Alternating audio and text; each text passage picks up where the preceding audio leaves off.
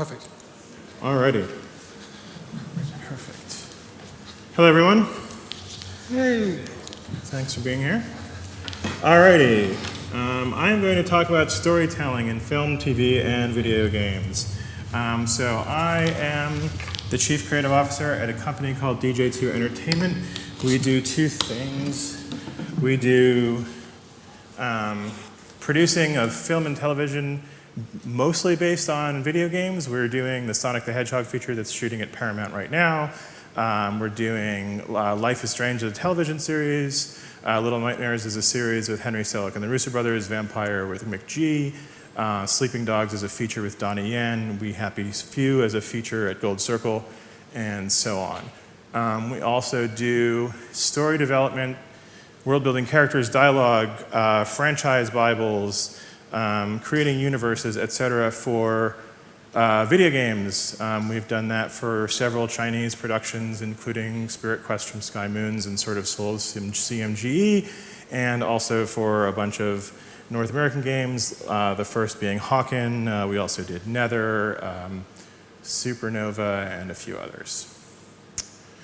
So my background, before dj2, I was at Pixar for 12 years, first as a digital artist, then as a writer, co-creating and developing two features with Mark Andrews, who created Brave, or who directed Brave. And I've also been a creative director in charge of writing and directing at Telltale Games on the second season of Walking Dead, first season of Game of Thrones, Tale from the Borderlands, and Wolf Among Us. So, before we dive in, whoa, look at that. Sorry about that. Before we dive into specifics of storytelling of different formats, we'll do a little bit of basics. So, story breaks down into a few components. There's the plot, which is what happens. The character is who it happened to. Conflict is what tried to prevent the character from achieving their goals and therefore having happen what happened to them positively if it's a comedy and negatively if it's a tragedy. The setting, obviously where it happened. The theme is why.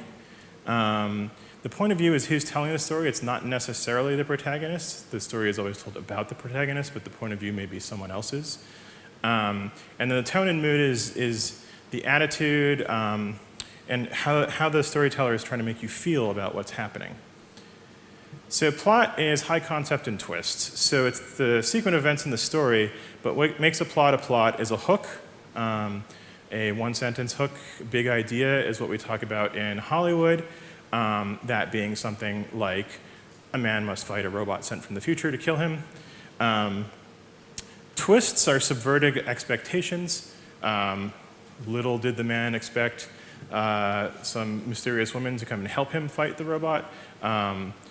So the plot is all of the ideas that you expect to happen, all of the things that are subverted that you don't expect to happen, and it is what keeps the audience on the roller coaster ride, but it is not necessarily the heart of the story. Characters are the heart of the story. It's what makes people care about the story. People care about the Terminator and John Connor. People care about Harry Potter and Voldemort. You can ask someone about the 7 Harry Potter movies. There is no conceivable way that all but the most hardcore fan can recount many of the plot points, but they can tell you every emotional moment that Harry had. So great characters can keep people interested in mundane plots. There's about 4.5 million examples of that because that's what people really come to a story for, is to hang out with people that they are interested in some way. They want to be them, they are sympathetic towards them, they find them interesting, they would like to hang out with them, they are afraid of them, something like that. And there is this notion in Hollywood, which fortunately does not necessarily seem to permeate games yet, that characters need to be sympathetic, which is not true. Characters need to be interesting. Duke Nukem is not sympathetic. Duke Nukem is interesting. Hannibal Lecter is not sympathetic. Hannibal Lecter is interesting. So characters interact with the plot along what's called character arcs. Character arcs are how characters change due to events of the plot. Protagonists, to be a real protagonist, must have a character arc. In the simplest of games, it is just leveling up. In the most complex of stories, it may be a change that permeates the person's entire being, their sense of self, who they believe themselves to be, their destiny, the world around them, and everyone they know. So protagonists in a North American Hollywood-style story usually go from incompetently pursuing the wrong thing that they want to competently achieving the right thing that they need. Luke Skywalker wants to become a great warrior and fight in the war, and he needs to let that go so he can become a Jedi and fight man to man and defeat Darth Vader, but more importantly, defeat the evil within himself.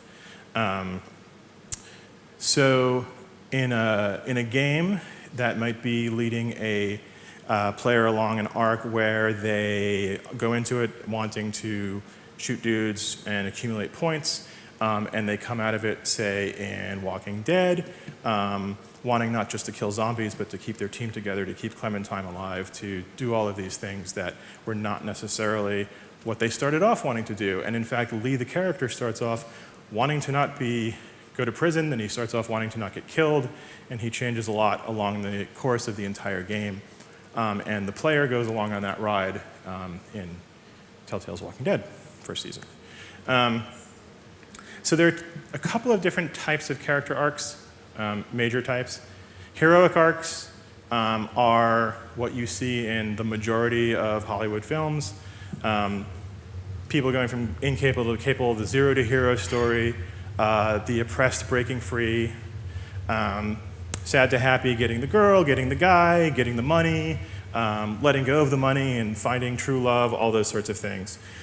Tragic arcs are less common in North American Hollywood films, but they certainly do happen. They're more common in, say, Shakespearean drama. Honorable to corrupted, free to oppressed, happy to sad, living to dead, which is like most Shakespeare tragedies. So the conflict in a well-told story is obstacles that reveal the character and that reveal the character arc. It's whatever fights back against the protagonist getting what they want and ultimately will trick the protagonist into getting what they need in a comedy or being destroyed in a tragedy. How the protagonist deals with the obstacles reveal character. So in a linear story, a movie, a TV show, that's how the writers, directors, and actors are conveying this particular take on the character to you, the viewer. In a game, it's how the player is responding to the obstacles you've put in front of them, and if you've built things that can respond to that, how you then challenge them on their own perspective, which is something that we did to some extent when I worked at Telltale. How the reactions change over time reveals the character arc. What is the change that they were going through? How do their responses to similar situations alter as they become more or less on their success arc, depending, again, if it's a comedy or a tragedy? The setting of a story is the world. It's the cool world. Genre is partially defined by setting, right? If you have a man rides into town and saves it from a marauding band of desperados in 1886, it's a Western, and in 2486, it's sci-fi. So setting and genre are intimately entwined, and a unique setting is compelling to the audience. Settings are often second in character in terms of making a story memorable. Everyone remembers Fallout because while there are a lot of interesting things that set it apart from other shooters, one of the main things is it's just a freaking cool world that people hadn't seen much before that came out.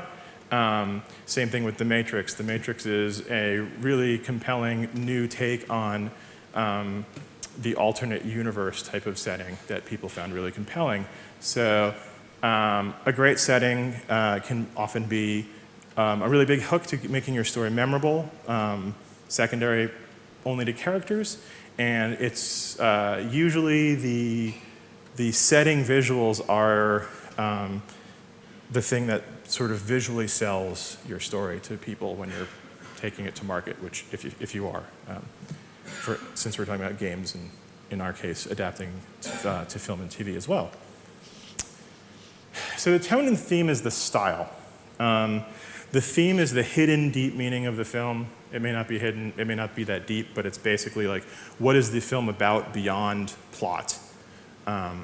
Is it about, good triumphs over evil, learning not to be an asshole, learning to be an asshole, things like that. And the tone is the feel that's created through the setting, how the characters are acting with respect to its theme and the conflict, and also things like pacing, lighting, staging, and so on. If you've got a dark, moody, high contrast, sort of moderately paced story, you probably have a noir. If you have a bright, peppy, chiclet-colored film with lots of bright lights, you probably have a North American family comedy, and so on. So that the tone and theme taken together basically give you the style of the story, whether it's a game or film or TV.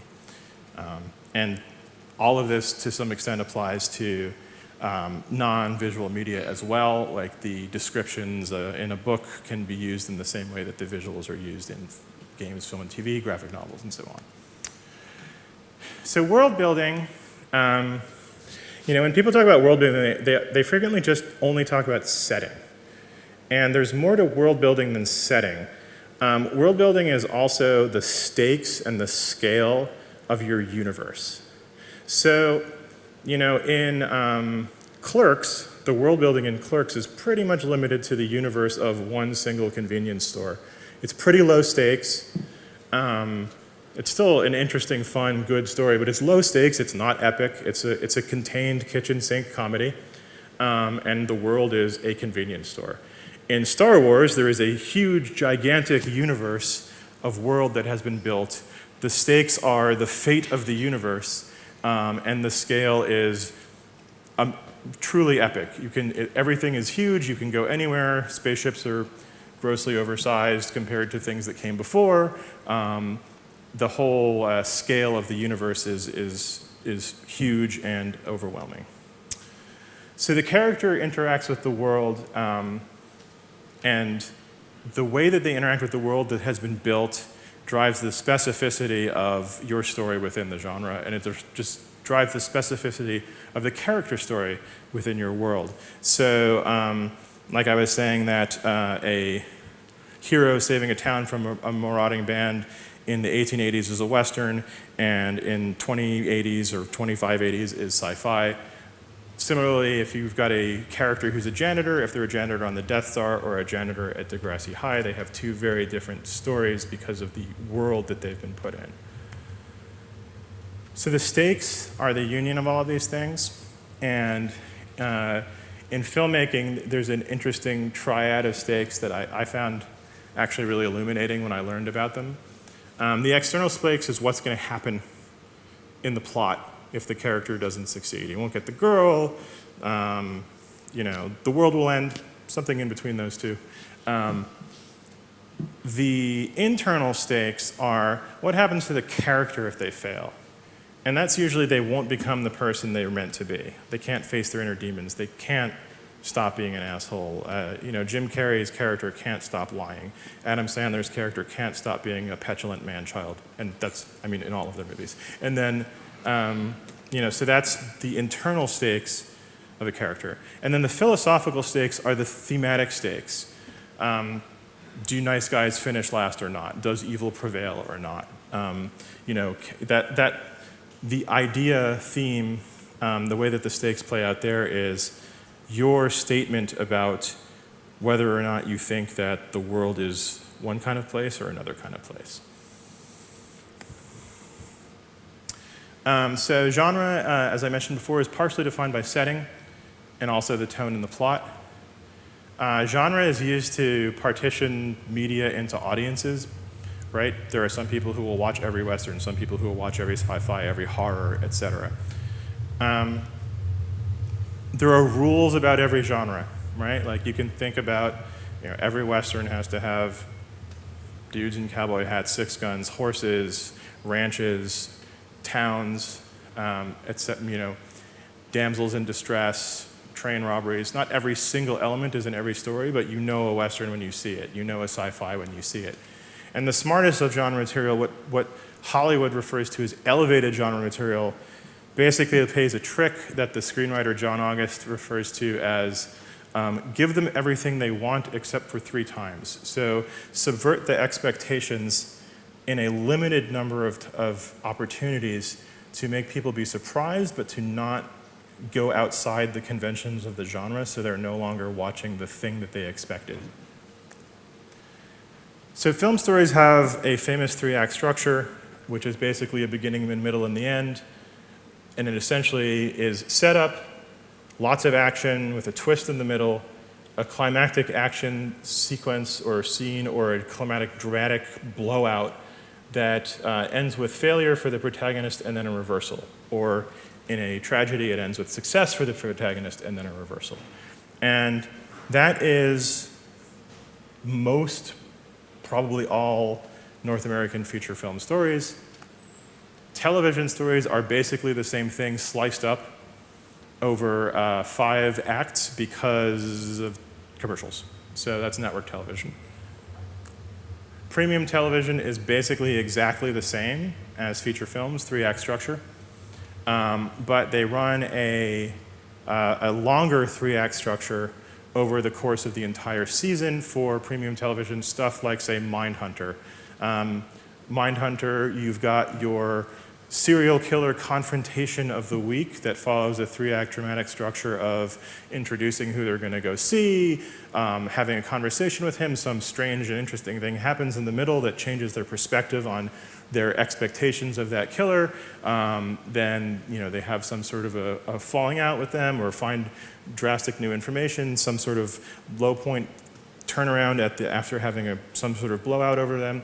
Every episode basically follows that structure, but the entire season follows that structure for the relationship between the Mindhunters and their superiors. So there's a dual-layered 3-act structure playing out over the season. If you're doing a premium narrative, premium serialized narrative, we were trying to run an arc across the entire long arc. There's another way of looking at film that's actually exactly how animated films are looked at, which this is very natural to me because I worked in animation for 12 years, which is looking at sequences, and every sequence is a mini 3-act structure as well. There's an introduction to what's going to happen in that block of scenes. There's rising tension, there's some sort of twist in the middle, there's a blowout, and then you come out and set up the next sequence. What this comes down to is there's all of these different ways of cutting up stories, and we'll look at games in a minute. But they're all basically the same. It's setup, conflict, and resolution. Every scene has setup, conflict, and resolution. Every time someone tells you a good joke, there's a setup, conflict, and resolution. So every component of your story, however you slice it up, has some mini arc in it, if it's being told well, that's contributing to the larger arcs. And that's if you slice up films into sequence, every sequence has a 3-act structure that builds into the film 3-act structure. If you slice up a 10-hour television season into a season-long narrative, every episode, while it has its own internal structure, also is contributing to the rising and falling tension of the overarching season structure. So what about story in games? So in games, character is still king, and I've given a version of this talk at a number of places, and there's always someone in the audience who goes, no, it's not, and I guarantee you that even in games, story is still king. Sonic up there is a character. Everyone remembers the character of Sonic. They love the character of Sonic. They come back for the character of Sonic. This has been true since the beginning of Sonic, when it was just rolling around catching rings. People enjoy playing ring catching, but the reason they wanted to come back to Sonic and not one of the many other competitors was the compelling way in which they presented this character to the audience, both through the game itself and through the ancillary media. So games that have a story of any kind have sort of a similar structure. The most simple games, their structure is really just escalation to success. the twists and turns are really just boss levels and that sort of thing. Like the most simple gameplay-oriented games follow a similar but different structure that's really based on your progression, with that progression being subverted at different points with either introducing new types of gameplay, new weapons, new types of enemies, bosses, that sort of thing. But if there is a story, the story will still follow the same kind of rising and falling tension arcs as any other story. So the aspects of story in games are somewhat similar to everywhere else. You've got your world building, characters, and your plot, and all that sort of thing. But we're going to talk a little bit about some ways in which they're specific to gaming. Character-centric versus avatar-centric. So a Telltale game is a character-centric game. Most first-person shooters are avatar-centric games. You're playing yourself. You're playing a heightened version of yourself, right? Why does, what's a good example? Agent 47 never say anything because it's you, and everything that goes on in your head is supposed to be that character. So there's also looking at stories in games where gameplay motivates the plot versus plot motivates the gameplay. And spoiler alert, Telltale games, again, is plot motivates gameplay. And a lot of other, Portal obviously is gameplay motivates plot, right? Environmental storytelling is something you get in games that you rarely ever get in other media except like in-person location-based experiences. And we'll look at the difference between playable stories and other types of games and how stories can emerge from interactivity. World building in games is similar to any other medium. It helps establish genre, scope, and tone. Players see more of a world in games than in certain kinds of games, in open world exploratory games. Any game where they have control of the character walk cycles, walk paths, or camera movement, they see more of the world than they ever will in any other kind of medium. So making the world interesting is going to be key. Making the world relevant is going to be key. Thousands of meters of boring brick walls is not as interesting as every time you round a corner there's some new information about the story, the world that you're immersed in. And it must support the fun gameplay patterns, right? So it's running double duty. It's got to be fun to play in, and it's got to be interesting. So what I mean about character-centric versus avatar-centric. So avatars are empty vessels or partially empty vessels. A lot of AAA games layer in some character story, but it's still you basically cosplaying digitally as that particular character and putting a lot of yourself into it. But they're mostly empty vessels that represent you on screen. Characters have a personality and a persona and a story of all their own, right? Like Lee in Walking Dead, or Clementine in Walking Dead, Chloe in Life is Strange. They're all characters they come to you, the player, with lives and perspectives and backstories that are fairly well defined. And they're basically presenting you a choose-your-own-adventure version of you molding a version of that character as opposed to you being that, creating that character. So the player characters are going to allow you to perform a version of yourself as someone else. So avatar-centric, like whatever the story is, you're playing it as a heightened version of yourself. Everyone was referring to you as you. There's usually not a lot of use of the character's proper name. There may not be a lot of dialogue at all. Environmental storytelling is sort of informing you of the world that you're in, and you're building a vision of who you are in this world through your gameplay, through your actions. And you're going through whatever plot that the writers have laid out, but as you. And so it's more like someone's providing you with an interactive experience of a version of yourself, a heightened version of yourself. People play these games to experience new world, do new things, fight the aliens they couldn't fight in real life, fly the planes they couldn't fly in real life, whatever it may be. But the character exists mainly in their heads, and clever writing guides the player to a space of what that character is in their heads, but it's still mostly created by them. They're giving themselves. They're filling in a lot of the story. They're giving themselves their own persona. What is character appeal? So character appeal is you falling in love with a character. And to do that, it has to have some sort of personality, but that personality can be visually defined. It doesn't have to be through dialogue. So there are storyless games where the game story is really just progression that have characters. And a game with no real plot can succeed on character alone if it's also a good game. So an example of this would be Angry Birds. Angry Birds is basically a version of a ballistic puzzle game that's been being done since the 1980s. There's about 100,000 versions of Angry Birds out there. But the reason this particular one succeeded, in addition to being a well-polished version of that kind of game with interesting puzzles, is the characters are cute and funny and exhibit a personality on the screen that people found entertaining. People want to see these angry birds and pigs do these ridiculous comedic things that they found engaging. And so a relatively simple and, I don't want to say unoriginal, but common type of game became a huge success based on creating these interesting characters. Interesting to, maybe not to you, but to millions of people. Whereas a character-centric game, the user plays a distinct character. There's character backstory, personality, and plot that drives the game as much as the gameplay does. When it's done in a certain way, it's all done through cutscenes, sort of telling you backstory, a better integration, maybe cutscenes and some environmental storytelling, some in-play dialogue. But however they're doing it, whether it's sort of shallow and it's mostly through cutscenes, or it's very deep and it's Telltale-style dialogue trees, a character-centric game, you're playing a fairly well-defined character. Now, some of them, there are games that split the difference, that are sort of half-empty avatars where you're playing a somewhat well-defined character.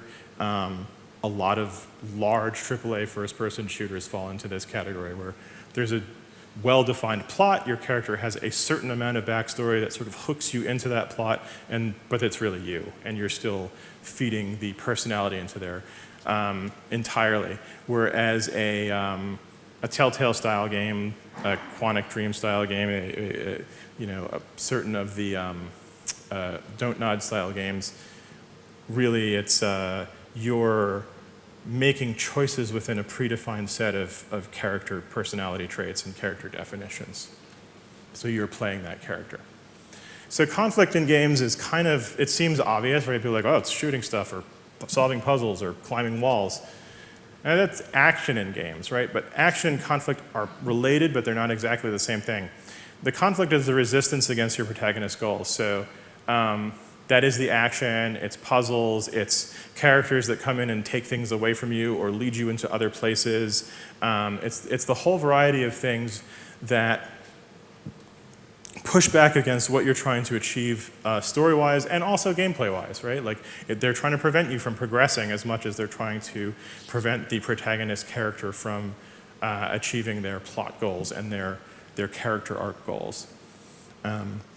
So conflict and character and setting in games, and spoiler alert, everything else is doing double duty if you're trying to tell a story in a game. It's trying to maintain the dramatic flow, maintain the dramatic conflict and arcs, but also be interesting in the interactivity and provide useful and exciting challenges and information and exploration for the player that enriches the story experience and makes them feel relevant to it. So motivation, the gameplay motivation is obvious. People want to play the game and win, whatever that means. Complete it, win, get the most points, progress to level a zillion, whatever it may be. And then there's the plot, and the plot is whatever the writers decided that the character should experience in terms of the story.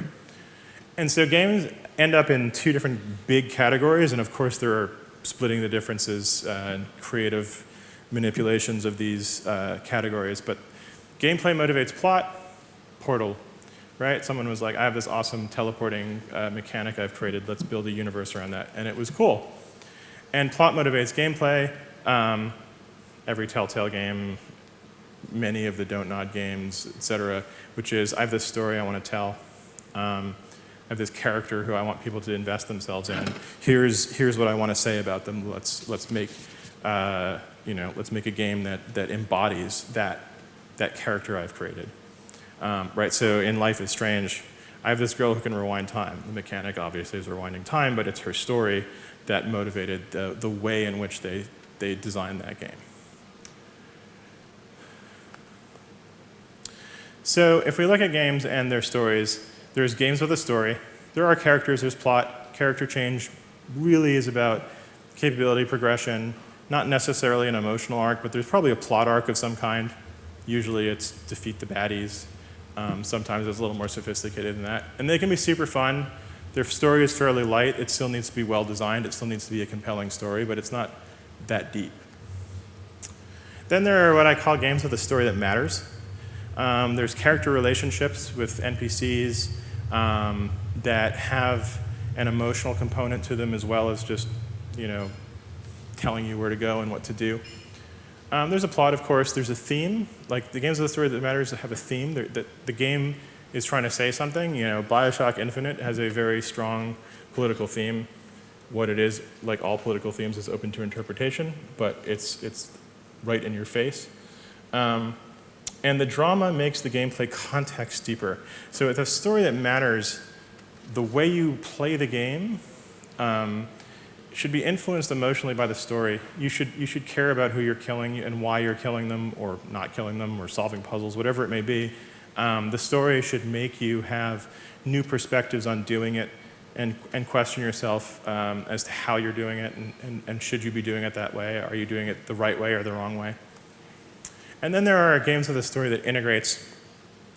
And when a game has a story that integrates, the drama makes the gameplay context more interesting, but the gameplay should impact the drama in some way. So when a story integrates with a game, the gameplay and the drama are tightly tied together, and the choices you make, the things that you do, whether they're decisions or blowing things up or whatever, should alter the flow of the story in such a way that something changes for you, and the character experiences the consequences of the player's actions. Now, for a long time, everyone got very excited about big branching narratives. And one of the things that we discovered at Telltale, I think we discovered it, we certainly embraced it, was that small, limited branching character changes were the most interesting to players. People want to feel that they matter to the other characters more so than a big branching story. How Chloe feels about Max in Life is Strange, how Clementine feels about Lee, how then in the second season Kenny and Luke feel about Clementine. Those sorts of things are super compelling based on our research for players, whereas gigantic branching storylines, most people don't replay games and they never see them. They've seen one story, so it's of limited impact. And then there are games that are playable stories. And a playable story, it's like the old choose your own adventure books. It's really, the game is entirely about giving you, telling you a story and having your gameplay change the way that story unfolds. Something like Gone Home does this entirely through environmental storytelling. It's the way that you explore this space that changes how the story is told to you. It's based entirely on when you get information. Whereas the Telltale games, as we've been called out on many times, your impact on the overall storyline, the story plot arc is fairly minimal. Although in second season of Walking Dead, we did give you 5 endings, so no one ever replays them, so no one knew that, but we did. But what people come for is the different ways in which the characters respond to you based on how you play the protagonist. If you're an asshole to someone, they're going to be an asshole back to you. If you're nice to someone, they're going to be nice back to you. And you can never make everyone happy, and that's the interesting, dramatic conflict of a playable story that really hooks people. Playable stories that have a role-playing aspect like any game does, really. I mean, you play that character. Story puzzles, so you're unlocking plot via gameplay. There's some branching, some more than others, as we just talked about. Environmental storytelling uses the world and the interactivity of the game to enrich the world building of the story. And then there's relationship management, which is that key component of how making people feel different ways about you. So I'll go quickly through this just in terms of structure. Game narratives basically have a linear or multilinear or nonlinear plot, and that's just the story that's told to you. And it's going to be linear if you're basically keeping the story on rails, and it's going to be nonlinear if, like, say, at Gone Home, you're letting people experience different information at different times based on open world exploration or some other dynamic gameplay element. And then, so you've either got a single through line with rising tension and falling tension, or you've parceled it out into little pieces that themselves, like a scene, will have their own structure to them, but will be non-linearly relayed to the player based on how they interact with the interactivity elements of the game. But for most games, there's still usually a story structure that's a setup, a bunch of confrontations that try and prevent you, the protagonist, the player character, from achieving your goals, and then a big blowout at the end, boss level or whatever, and then a resolution. And this is also game structure, and you can take that and parcel it out into a nonlinear structure, put it into a tree or a graph, and have people experience it out of order, in different orders, forwards, backwards, mixed all up.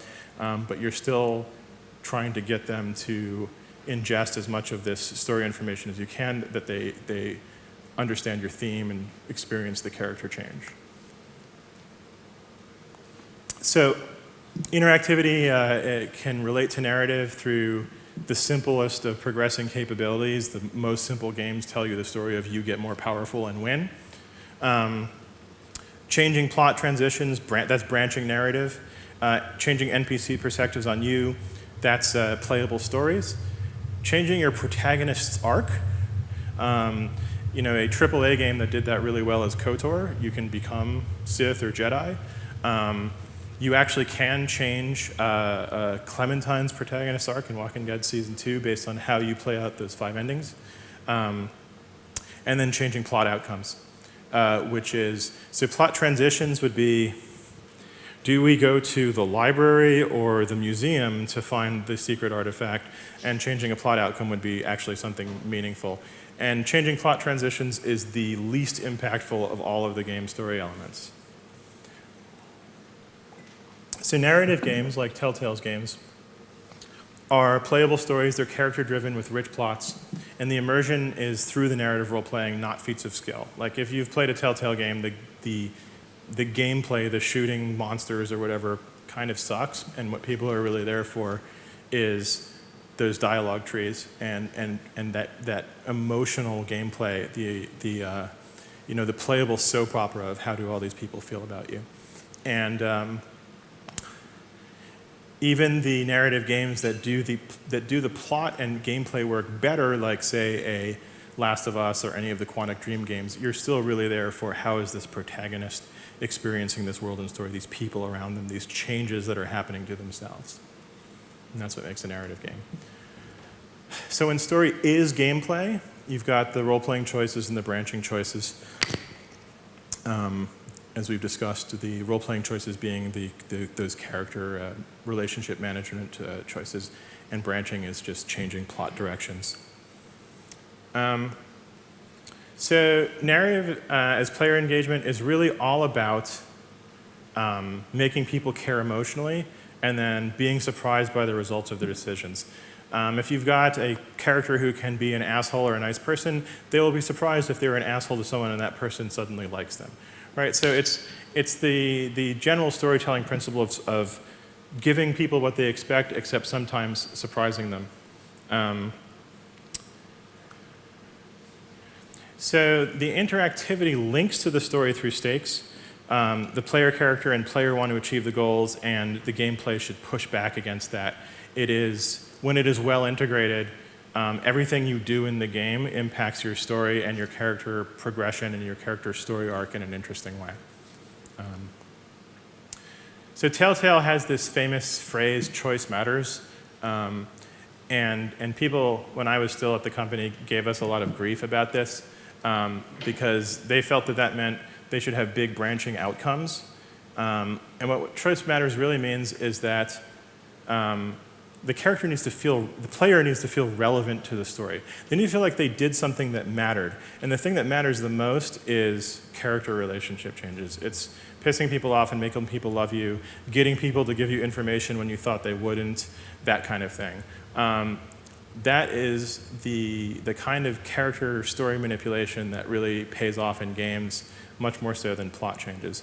And a really well-integrated gameplay and story, and a well-designed gameplay and story is, again, something like KOTOR. Like, KOTOR is a great, fun, playable game. Like, the game mechanics of KOTOR is fun, but the story is also really impactful and meaningful. There's character arcs. You really matter to the story, whether you become a Jedi or a Sith, how everyone responds to you based on those actions. I kind of see that as the gold standard still. So KOTOR is, as I just said, the gold standard of character arc in an avatar-centric game. The way you play you, and you play you in KOTOR, you play a new Jedi that you create. The story changes you and you change the story. And a character arc in an avatar-centric game should be challenging the player by manipulating their actions through how other players respond to what they did and challenging the way they're playing. Like, that's the best integration of a character arc in an avatar-centric game, is you're telling the player, here's how the NPCs think about you based on how you've been playing. Do you want to keep doing that?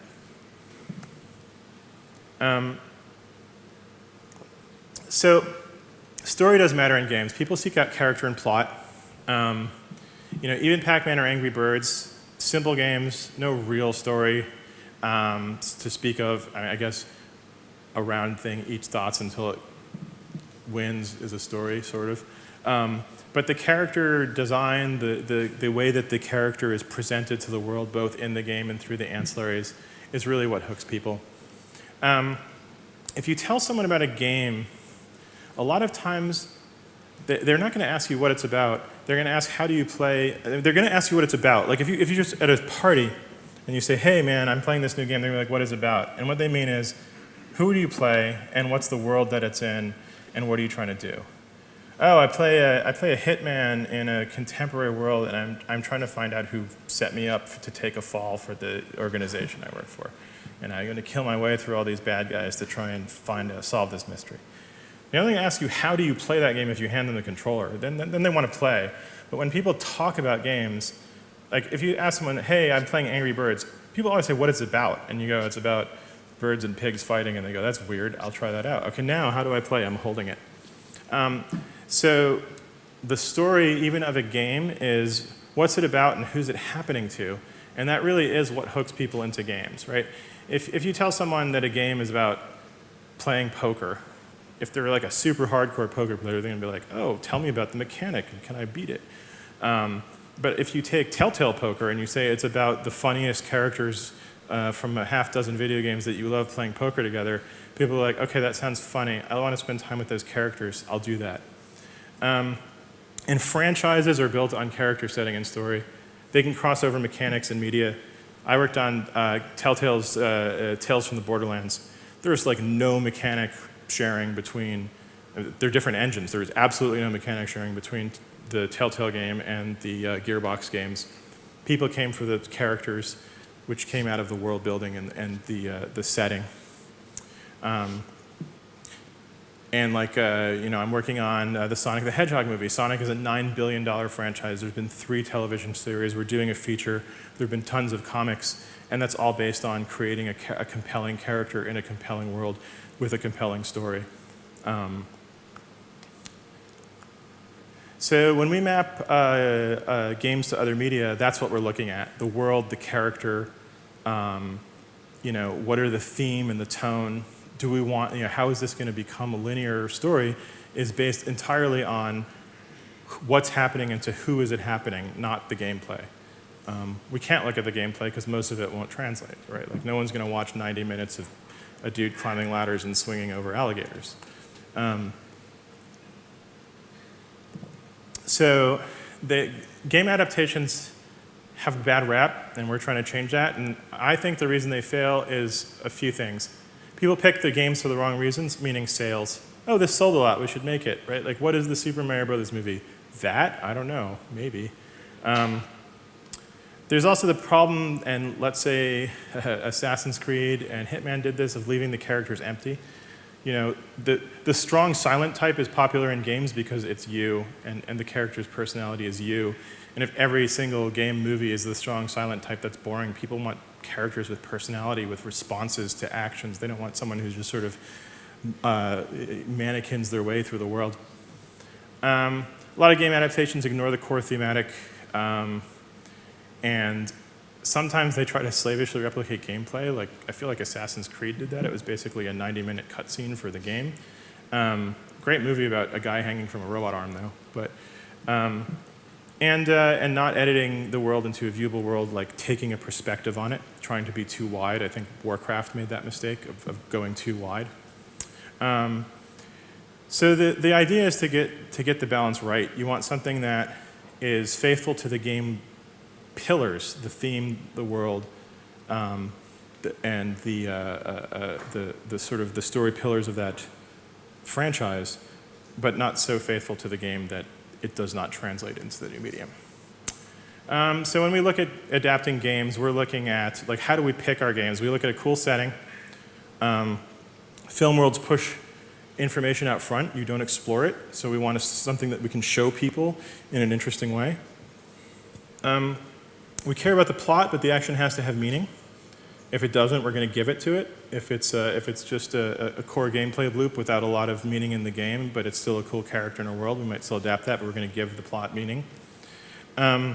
We especially look at character, but if the character if the character is just cool, like cool looking, has a cool job, has cool skills, but doesn't really have a personality, we're going to have to put that there, and in order to make that a great adaptation. And we need an arc, not just progression, meaning the character needs to be emotionally challenged, not just get better at their skill. And it needs to be interesting and compelling to watch. So, you know, we pick games with a lot of different styles. Life is Strange. It's a playable story. It's like adapting a book. You're making certain perspective choices on what you're going to look at, what you're going to focus on, what you're going to highlight, but there's a story there, and you're just deciding what you're taking from the game and what you're adding that's new and where you're taking it in the adaptation, just like you would with a book or a comic. We're also doing Ruiner as a TV series, and if you've played Ruiner, it's a freaking great game with a super cool concept, this great looking character, an amazing trailer, which if you want to sell your game to Hollywood, make an amazing trailer, and we will take it. But the plot is very simple. The plot of Ruiner is very simple. It's your brother's been taken by this evil corporation that sells the life experiences of the poor to the numb rich, and you have to kill a fuck ton of people to save him. And that's pretty much everything that happens. And it's super fun in a game, but in the adaptation, we're going to add seasons worth of plot. So it's really looking at to make a adaptation that works, you have to look at the foundation of what you've got in the source material, and in our case, frequently games, and look at what works and what doesn't, look at what's strong and what's weak, and lean into the strengths and fix the weaknesses. And the same goes for adapting film and TV into games. You have to look at what works for one medium and the other. When I worked at Pixar, we had an Incredibles game and a Finding Nemo game come to us at the studio at roughly the same time. And the Incredibles game was pretty good. Like, you were a superhero fighting crime. And the mechanic was a little weird because they were reusing another game, but it basically worked. Like, you fought crime and you saved people and so on. And they had a Finding Nemo game, and it was a fish swimming through rings. And we were like, what the hell does this have to do with our movie? And you need to put something in there that's what that world, that story, those characters are about. In order for it to be a really compelling adaptation. Like, there was nothing in that Finding Nemo game that was about the core theme of Finding Nemo, both movies, which is learning to be selfless in order to help a friend achieve a goal, right? Like, that's what both of those movies are about.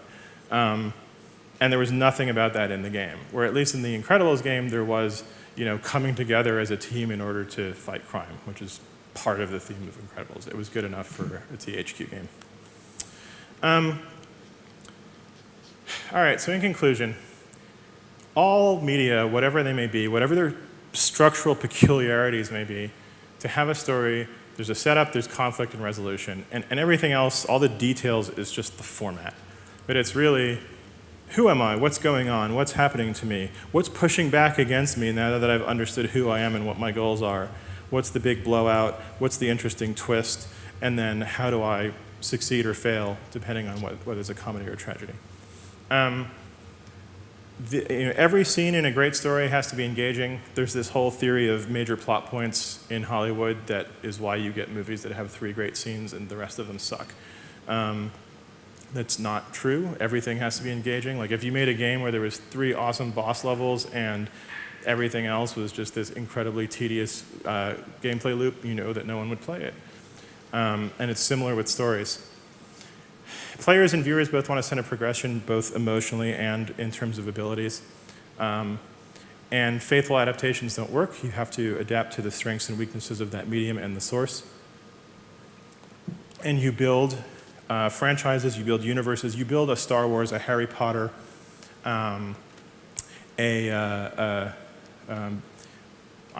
next rung down, a Matrix, a Battlestar Galactica, a Lord of the Rings, by having great characters and great world building, which includes your setting and your tone and your theme, not just like the physicality of the world.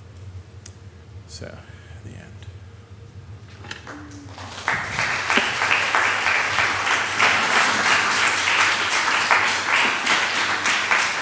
Stephan, perfect timing. We have time for some formal questions if anyone wants to come up to the mic, and if not, we're all going for drinks and we'll ask you questions there. All right. Does anybody have any formal questions? Well, I might as well ask one just for the sake of doing things. Sure. So if we have some sort of game developers in the audience, it sounds as though character is very important. Does that mean to say that if I was doing a game and I'll say something like Bejeweled, nobody's going to personify a gem or something like that to make it a character, whereas you mentioned Angry Birds as well. Does that mean to say that I should always build a character into my game that means that I can reserve the option in the future to actually sort of turn it into a movie? I mean, not just if you want to reserve the option in the future to make it a movie, although, hey, they made a movie a TV series out of Candy Crush, so who knows these days. I mean, character is important to games often to set it apart. Look, I mean, a game can just be great gameplay, and there are some games that are like that. But if you personified your jewels and you did it in a cool way, that would set you apart from the 5,000 other Bejeweled-style games on the App Store in an interesting way that might attract some players and make some money. Angry Birds is exactly that. Like that game, Angry Birds, I played a version of that mechanic on the Commodore 64 when I was a kid, right? And then they gave it personality, and they built an empire, as they say. Quick question. Sure. How do you look at when you're getting there to the point of you've outlined and you've got sort of a green light with the network and pick a showrunner? How do you pick a writer's room for a video game series to make it interesting? What kind of backgrounds do you look for in this? And I mean, I get the idea it'll be across games. And how do you look to be culturally relevant? And do you ever put the creators in the writer's rooms together to kind of get them a theme and tone so they keep a vibe, a feel for the core audience which are coming from the video game? For sure. It's similar but different for, like, when I was at Telltale, we actually put together writers' rooms for making the game. Mm-hmm. And then when you work in TV, you're putting together a writer's room for making the series. And they're fairly similar. I mean, at Telltale, we modeled it after TV. The kind of background that you're looking for is you're reading someone's writing and you're seeing if they're a good writer. And that's like first and foremost for me is, can this person write really well? But is their writing something that's relevant to the thing that you're writing? And that doesn't mean like, have they written a sample of The Walking Dead before? It could be they're really great with character voices. It could be that they're really great with tension and horror. It could be that they're amazing with action. And you want to create a writer's room where people complement each other. If you have a writer's room and it's 5 white dudes who are good at dick jokes, you're going to get basically an Adam Sandler movie. Exactly, but at the same time, like, I'm maybe looking a little bit more on how do you get someone who's going to be true to the tone of the game, because I think that's a lot of complaints of viewers, is that they're not true to the tone of the game. Sure. In the adaptation, so you need to have someone who, for starters, understands what the tone of the game is. And a lot of adaptations have failed because they've picked a game based on sales or something like that, and the producer who's running the project does not necessarily know what the tone of the game is, because they've handed it off to someone else who like, well, you're the expert at writing, go figure this out. So you want to have someone who, I don't want to say is a fan of the game necessarily, but who can ingest and understand what the tone and the theme of the game is. They have to experience it in some way, whether that's watching a playthrough of the whole thing or playing it themselves. They need to actually experience and understand the game itself in order to understand what makes it interesting and compelling. As long as there's someone leading the process who has that information, they can steer all the writers in whatever direction. And that's how writers' rooms always work, is that there's one or two or a handful of leads who steer everyone into the same direction. And if they're going the wrong way, everyone's going the wrong way. And if they're going the right way, everyone's going the right way. So like on The Walking Dead, Glenn, back when he was doing it, could push that direction for you then? Yeah, absolutely. TV has what's called a showrunner. That's actually their job, is to keep everyone on tone and theme and on the same track. Now, if your question is, why have so many game adaptations sucked, if that's your blunt subtext, it's because, there's been a number of factors at play. Too much interference from the game company and you get Assassin's Creed. You also get Mario Brothers, by the way. Nintendo doesn't admit, but Nintendo drove that process. Like, they set deadlines, they did creator reviews. Like, they want to own up to it, but they did. The director's a friend of mine, and like they were on that production the whole time. If there's no interaction with the game, and Warcraft also, the Blizzard guys were totally involved in that. Though the Chinese people liked it. Yeah. In China, mainland China was good. If there's too much involvement from the game company, you have people making something they don't know how to make. It is a very expensive first film or TV series because you've put in charge people who don't make that medium. It would be if it would be the same as, and this has happened, when you bring in a Hollywood screenwriter and you're like, David Goyer, write my video game, and you get back a screenplay, and you're like, this is a great screenplay, this is not a video game. Now I have to turn this into a video game. So if there's too much interference from the game company, it goes one way. If there's none at all, you've cut out the original creator, the people who deeply understand the tone and the theme and the character and the story and the world building, because they made it. And if there's no communication, then you've got people basically doing something that I call based on the title of, right? Like iRobot, it's based on the title of the Isaac Asimov book, right? Like they just went off I would in the say wrong direction. slightly influenced, but I'll go with that for now. Okay. So it's really about the perspective of the writers and the team on the source material. So like, you want to have a good balance between people who know how to make film and TV and people who really understand the game at a level not just for gameplay, but of like what this means to them. Like why is this happening? Why did they make this game? Why are these characters experiencing this thing? And then you have to have people who respect the source material, and you have to make your writers be like, all right, you don't play games, you're going to sit here and you're going to watch a 2-hour playthrough of this game, and you're going to know something about it. And it's a whole philosophy about how you make the adaptations. And the other thing is budget and time. A lot of game projects have been rushed because they're basically fast commercial plays where someone's looking to make a quick buck or advertise the next game or whatever, and it's not really a core production, which is why our philosophy is to always think like we're franchise building. Cool, thank you very much. Sure. Okay, well, I think we're going to have to sort of pull out. Stephan, we'd love to answer your question, but we're keeping these people away from their drinks and snacks. So I know Lerica has a few closing remarks, but stay there and we'll get your question answered, but we have a few closing remarks. But thank you very much. There's drinks and snacks, everyone. Yeah. Thank you so much for coming for second annual DevGam Summit in Seattle. We'll be definitely coming back here next year as well. And thank you. Yeah.